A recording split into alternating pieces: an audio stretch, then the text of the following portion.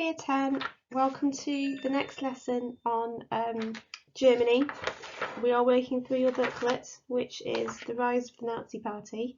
Last lesson we did the Munich Putsch, where Hitler tries to overthrow the Weimar government using violence, and it fails, and he is now in prison. So this is the next part of the booklet. It shouldn't take us too long. We're going to be thinking about 1923 onwards, and we're focusing particularly on the year 1929 and the impact that that's going to have on Germany. Okay, there's only a few tasks that you need to complete, it's only a page or two in the booklets.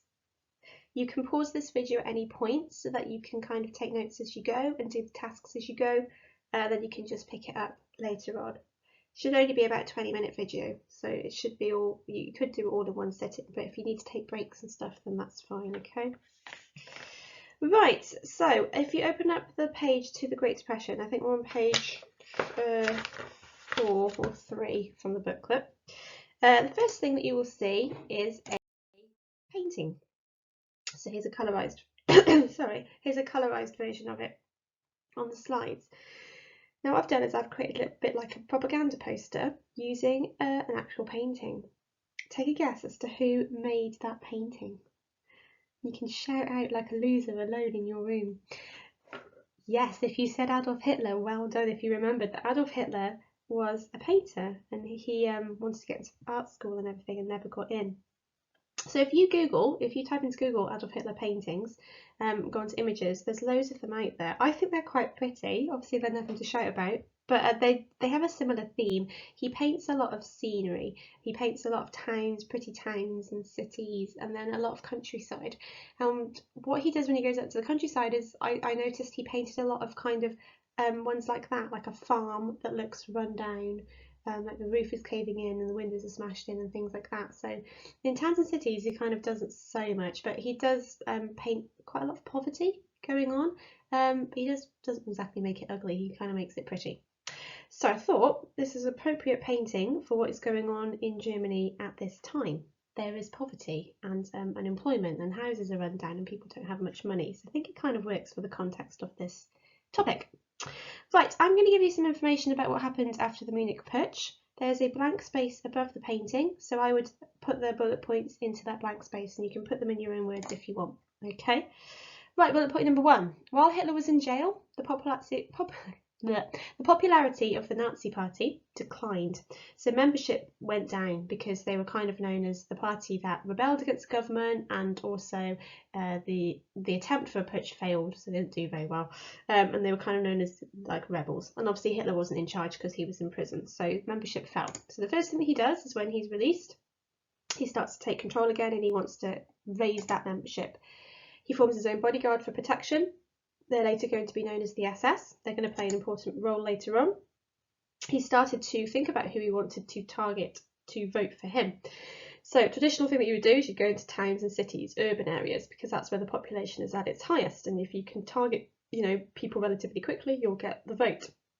But he did that, and he was also very clever because, he'd gone around like in that painting and he looked at rural areas, so countrysides, and he knew that actually you shouldn't ignore those people because they're in like a sticky situation as well, and they don't particularly like the government. So he went around promising them things like land for farming and food and work and things like that. So he targets rural and urban voters. Very clever.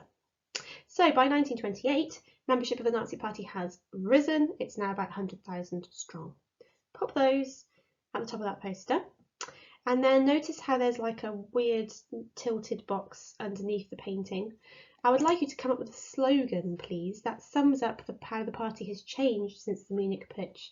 So do you remember how Hitler was thinking, I need to not use violence to overthrow the government, I need to get elected. So they might have a slogan like peace, not violence, or a vote for us is a vote for strength. Or he might be, targeting land and work. That could be a slogan. Or we will strengthen Germany, or vote for a strong leader. Something like that. You can come up with your own, and if you're very clever and you remember me from year 9, you may actually be able to remember the actual Nazi slogan that became very popular, where Hitler promised 2 things in particular to everybody and that got him the vote. So pause this video so you can either keep on taking the notes and come up with the slogan, and I will look forward to reading those when I take your booklets in, whenever we see each other again. Okay, going to move on now to the next bit. So there's a set of 4 questions next to the poster. What financial troubles had Germany faced before 1929, so early 1920s? How would they solve these problems? What big event happened in 1929, and how do you think this is going to affect Germany? These are context questions, so you should be able to answer these using your own knowledge. Number 3 you might struggle with. Number 3 is a world event that happens in 1929. You may know it, you may not. So pause this video so that you can answer the questions that you know the answers to, and then play it for the answers. So hopefully you paused the video and you had a go answering those questions, so you can tick and you can correct any of the ones that you got wrong. So number 1, what financial problems had Germany faced before 1929? Yes, you should have put hyperinflation by now. In 1923, hyperinflation meant that money wasn't worth anything, you know, people lost their jobs and wages and things like that. The economy was just generally poor. That's because of World War I, it's because of the Treaty of Versailles, it's because of hyperinflation, so the economy wasn't good, and they have to pay money to France and Belgium in the form of reparation payments. So those are the 3 big ones. So if you left any of those out, can you make sure you've added them? How were these problems solved? Good old Gustav Stresemann became the Chancellor in 1923, and he introduced the new currency, the Rentenmark, which helped with hyperinflation. And then he stopped being Chancellor and he became Foreign Secretary, and he dealt with other countries, and that made things like he managed to get a loan off America. He negotiated reparations with France. He built up trade routes. So he did quite a lot to help them with that. What big event happened in 1929? Well done if you said the Wall Street crash, which doesn't happen in Germany, it happens in America. And also it might be worth adding that Gustav Stresemann actually dies in 1929 as well, so not a good year for Germany. How is this going to affect everything? You may not have been able to answer that if you didn't know number 3. America are going to start to take money, stop giving money to Germany. And obviously if Stresemann's died, then relations with the rest of the world aren't going to be as strong either. So make sure you've got all those down in those 4 questions on the side. And then you will notice there is a table. So that's essentially what we're going to be doing for the rest of this lesson. We're going to be filling in the table at the bottom. So we're going to be looking at the Wall Street crash in 1929, and we're going to be looking at the impact that that's going to have. And we're going to look at two groups of people that the Wall Street crash impacts. Germans, which is one side of the table, and the Weimar government, which is the other. So what I'm going to do is I'm going to go through some slides and give you some information, and sometimes we're going to look at some sources, and then you're going to make a bullet point list of all the impacts that the crash had on the 2 people. You can take notes as we go, or like I said, I'll after going through the slides, I'll say, oh, pause the video here so that you can take the notes. Okay. So let's start with the impact of the Wall Street crash on Germany. So 1929, Gustav Stresemann dies. Why was he important? We've just said that. A bit of context, he helped boost the German economy after hyperinflation by introducing a new currency and so on. He built up a positive relationship with other countries.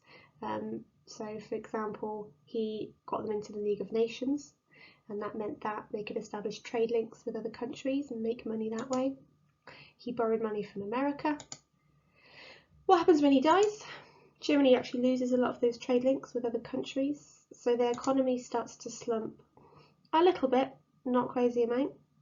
But then in 1929 at the end, the Wall Street crash happens, and that escalates things considerably. You don't need to take notes on any of this, this is just a bit of background information for you. So what is the Wall Street crash? I'm going to do it briefly now. We're going to do it in more detail at the start of year 11 when we look at America.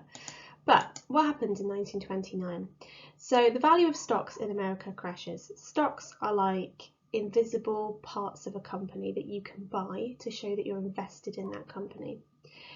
When they're high, you can sell them and make a lot of money, but if they fall, then you lose that money that you invested. So when they crashed in 1929, people lost the money that they had invested in these companies. I'm spelling lose in lots of different ways, do apologise. You know what I'm like. So companies then start to lose money because nobody's invested in them. Companies then shut down. companies then have to lay off workers, so people lose their jobs, losing a different, who knows which way I'm spelling right. This leads to, if people have lost their jobs, mass poverty. Now, mass means lots of people lost their jobs, lots of people were poor. This period in the 1930s was called the Great Depression because lots of people had no money, no home, no job. But how is this going to impact Germany? Because this is happening in America. Number one, America are going to call in their loans. I don't think they asked for the money back. I think they just stopped giving Germany money. Trade slumps worldwide. America is a superpower. If America have got massive financial issues, what they're not doing is buying goods from other countries. Now, America were rich, so they were buying goods from lots of different countries and they were trading goods and selling goods. Now, if they're not paying, if they haven't got money to spend on bananas or whatever, then obviously that's going to affect the rest of the world. So that kind of is like a trickle effect, like when you drop a stone in a river and it kind of expands out like a ripple. So it eventually gets to European countries in particular, because they had a good relationship with America, so Britain and Germany and Italy and so on, start to feel the slump as well. So this leads to mass unemployment worldwide, because if companies aren't making money, they lay off workers. So it's the everyday people that often suffer. Okay, so this is the crash. What effect is this going to have on, let's go with workers first of all. So I'm going to show you three sources. The first one is from a book written by a journalist who was in Germany in 1932. Now, when I read through this, I want you to think about what effect is the Wall Street crash having on everyday people? And you can focus particularly on the things that everyday people are starting to care about because of the Wall Street crash. So this source is from Slump, a study of stricken Europe today, written by H. Tiltman, a US journalist in 1932. He says, where two Englishmen will, in 9 cases out of 10, begin a conversation by discussing sport, 2 Germans will ask each other why they and their family should go hungry when the world is stuffed with food. So essentially, this guy started off the source by saying, right, so you have 2 Englishmen, they bump into each other in the street and they would say, did you see the football last night? Normal conversation. Whereas 2 Germans, their normal conversation would be, oh, hello, are you hungry? Is your family got food? No, mine hasn't either. Because that's a normal conversation to have. So what's one of the effects on everyday people's lives?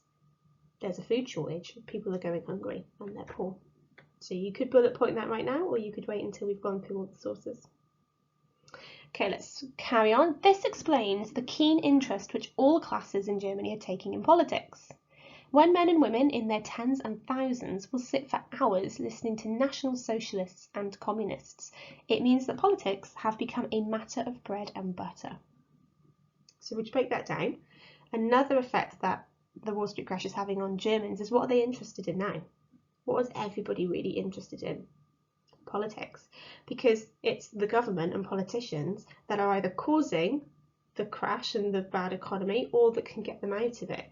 It then also says people are starting to take interest in these parties that were never really that big before. So the National Socialists, aka Hitler and his Nazis, or the Communists, because these are parties that can promise to get them out of this slump. So smaller parties are becoming more popular and people are becoming more interested in them. So there's about 3 things you can get from that. Food shortages, people are interested in politics, and people are interested in smaller parties that are becoming more popular. Okay, so you can either take notes and pause this here, or we're going to move on to the next source.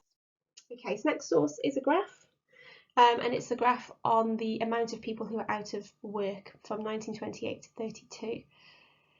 So notice how unemployment is there. It's not mad in 1928. Then 1929, end of 1929, is when the Wall Street crash happens. Now, we're not going to feel the effects of unemployment straight away because it doesn't happen until October. And remember, it takes a while for it to fan out like a ripple effect to the rest of the world. So when does unemployment start to jump? We're looking at January 1931 is when unemployment starts to jump to 4,000, and then it's up to 6. So if it was 2 in 1928 and it's 6,000 in 1932, that's triple. So unemployment has tripled because of the Wall Street crash. So a really easy one to put there. Mass unemployment levels rise.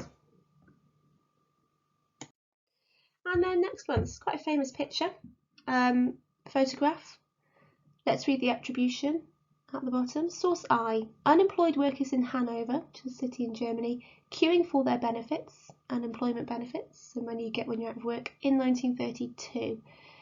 Note the writing on the wall of the building. Translated, it reads, Vote Hitler.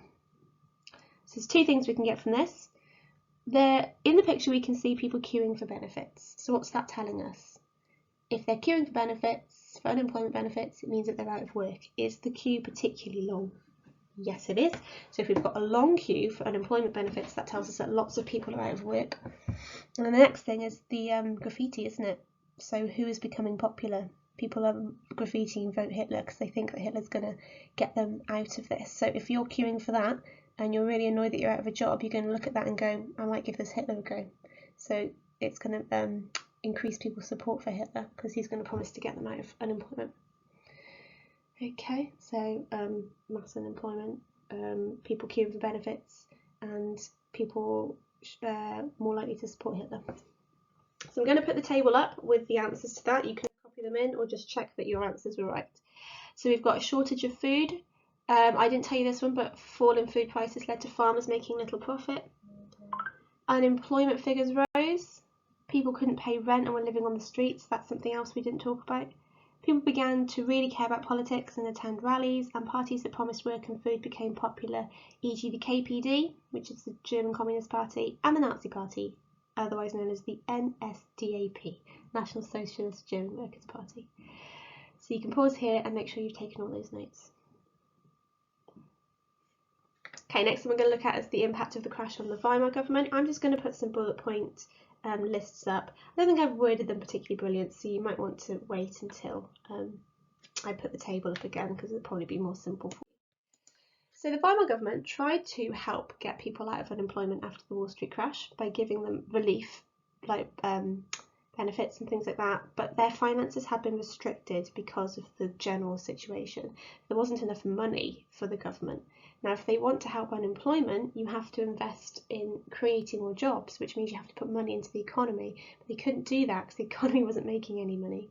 So they're kind of in like a catch-22, just going round and round and round. So the government couldn't afford to help people, and that's going to make them a lot less popular and make them look weak. In 1930, Chancellor Müller, who was the Chancellor at the time, was replaced by Heinrich Brüning, and he was a member of something called the Centre Party. Now, if you're a member of something called the Centre Party, you're basically saying, I don't really have a particular political viewpoint. So, for example, if you're a communist, you are left-wing, you're extreme left-wing. If you're Labour, you're left-wing. If you're a nationalist, you're extreme right-wing. If you're conservative, you're right-wing. So everybody has an opinion. If you're Centre Party, you're kind of saying, well, I kind of don't really have an opinion. I kind of see everybody's point, which is great if you don't want to fight, but not good if you want people to actually support you, because everybody's got an opinion. Very rarely do people say, oh, I'll vote for the guy that doesn't really feel it either strongly either way. You know, you'll always go for somebody who has something in common with you. So that means that when he does become Chancellor, he hasn't got the support of the majority in the Reichstag. So when he wants to hold a vote and things like that, he can never win because people don't ever agree with him. So what happens is President Hindenburg actually uses Article 48, which, remember, was the kind of the thing in the clause that said if there was the president can take all the power if needs be. So he had to kind of take the power because the Chancellor didn't have enough power to ever pass a rule. So it wasn't crazy like he took the power and became a dictator. It was more like, right, so I'll make the decisions then because you can't get people to agree with you. This meant that the Reichstag rarely met, so they hardly ever met up to discuss things and vote for things, which a lot of historians said was the first time that democracy started to kind of decline and fall away in Germany. And obviously Hitler's going to take advantage of that and just get rid of democracy altogether and become a dictator. Brüning reduced government spending, so the government wasn't spending as much money, and that lost him a lot of support. German banks collapsed. Reparation payments were suspended, so they didn't have to pay anything to France because France realised that they were in trouble. And Brüning resigned in 1932. So all the seats that the Centre Party lost, the Nazi Party kind of pinched and started to become successful. So if we put all that to a table, I'd say that finances were reduced, they lost their popularity, the new Chancellor didn't have the majority, Article 48 was issued, democracy began to decline, government spending reduced, which led to further food shortage and unemployment, German banks no longer were funded by the government, and Bruni resigned in 1932. And you might want to put in brackets there, opening the gates for Hitler and the Nazis. So pause this, make sure you've got everything you need on those two tables. Then I'm going to do an exam question with you, a very short exam question. You might want to go and make yourself a cup of tea and have a bit of a break. The exam question won't take too long though, so if you want to just plough on through, then you can. Now make sure that all these tasks are being done. When I'm recording this, it's Tuesday, the first week of the Easter holidays. So I want this booklet completely finished by the end of Easter, please. So you've got a week and a half to be doing this. Okay, so you can be doing it in bits, you can do it all in one go, I don't mind.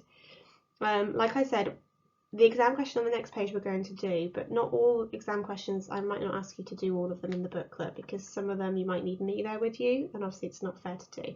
So it might not be that you do everything in the booklet, but you should definitely do all the tasks. Okay, so everything should be here on this video for you now.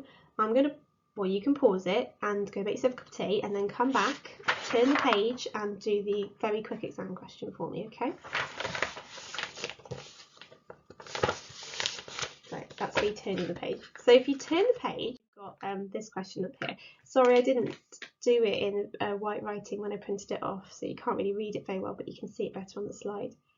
Now we've done a question one before. Do you remember question one is where you get given a source and you have to use the source to describe something, but you also have to add some of your own knowledge. It's a really quick 5-mark question, so in an ideal world we'd be doing this in 5 minutes.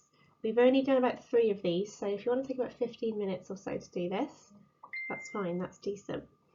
Okay, always starts in the same way, and then it's the last part that you want to highlight. Use this source and your own knowledge to describe. Always starts that way. What are we describing? The impact of the Wall Street crash on Germany. So essentially what we've just learned, that table that we've just filled in. So it's use this source and your own knowledge. 1 and 1 is 2, that means 2 paragraphs. So 1 paragraph on your own knowledge and 1 paragraph on the source. I don't mind which order you do it in, it's completely up to you. I've done it on the slide as start off with your own knowledge. So what's your own knowledge of the impact of the Wall Street crash on Germany? Go back through that booklet and you could do things like it made like parties like the Nazi Party more popular and the Communist Party more popular. People were living in the streets. People didn't like the Weimar government anymore. Banks were shut down. You know, anything from the graph that you were looking at there. Now, the more detailed your description, the better. So if you can use detailed facts, excellent. So do a paragraph on that, and then look at the source. Magic number is, I can hear you all shouting it out. Well done, it's 2. The magic number is 2, so pick 2 things from the photograph. Remember, you can use the attribution as well. We kind of picked the 2 things, didn't we, earlier on in the clip? So what 2 things are in the picture or written in the attribution that show you what impact the Wall Street crash is having on Germany? Now, I've done some starter sentence there for you. So in the source, I can see. This shows us the impact of the Wall Street crash was. So just do that twice for me, please, okay? So when you're ready, 1 paragraph telling me all the things that the Wall Street crash impacted Germany, so use that table, and then 2 things from the source. And you can do it the other way around if you want, start with the source and then finish with your own knowledge. So what we'll do is I won't put the answer to this up because I'll mark these when you hand in your booklets, whenever that may be, okay? So once that's done, that's done. Don't take too long on it. Don't, have to go a crazy essay. Just a couple of things from your own knowledge and then 2 things from the source. And then that's it, we're done. Okay, please make sure you're doing this booklet. Message me on Instagram or Outlook if you're stuck in any way. All right. Thank you for listening. Good luck, Year 10.